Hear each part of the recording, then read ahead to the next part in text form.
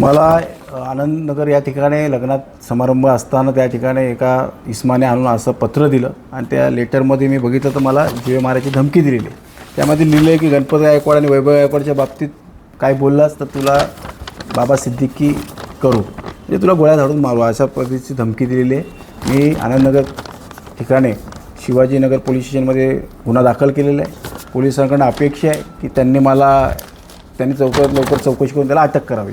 आणि हा जो लिफाफा आहे, हा लिफाफा जेलमध्ये वापरला जातो. या ठिकाणी गणपत गायकवाड आता जेलमध्येच आहे. माझा संशय की हे सगळं गणपत गायकवाड करतो आहे आणि गणपत गायकवाड खरं तर 15 दिवस जेलमध्ये असतो आणि 15 दिवस जे हॉस्पिटलला असतो. म्हणजे तो काय तो जेल जसे आरोपी लोक जेल काढतात तसे तो जेल काढत नाही. त्याच्यावरती अनेक आका लोकांचा आशीर्वाद आहे. अनेक आका लोकांचे जर संबंध असल्यामुळे ते मग माणूस असा मजा करणारच.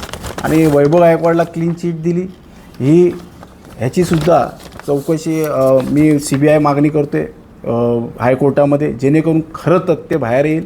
कारण की CC फुटेजमध्ये पूर्णपणे कैद आहे. इशारे करताना गणपत गायकवाडला बोलवण्याचं काम वैभव गायकवाडने केलं आहे आणि सराईत गुन्हेगार पार्श्वभूमी असलेल्या आरोपींना, त्या गुन्हेगार लोकांना त्या ठिकाणी आणायचं काम केलेलं आहे. त्या बाहेरच्या दृश्यामध्ये जेवढे गुन्हेगार आहेत त्यांनासुद्धा अटक करायला पाहिजे, असं मी आता हायकोर्टामध्ये मागणी केली आहे.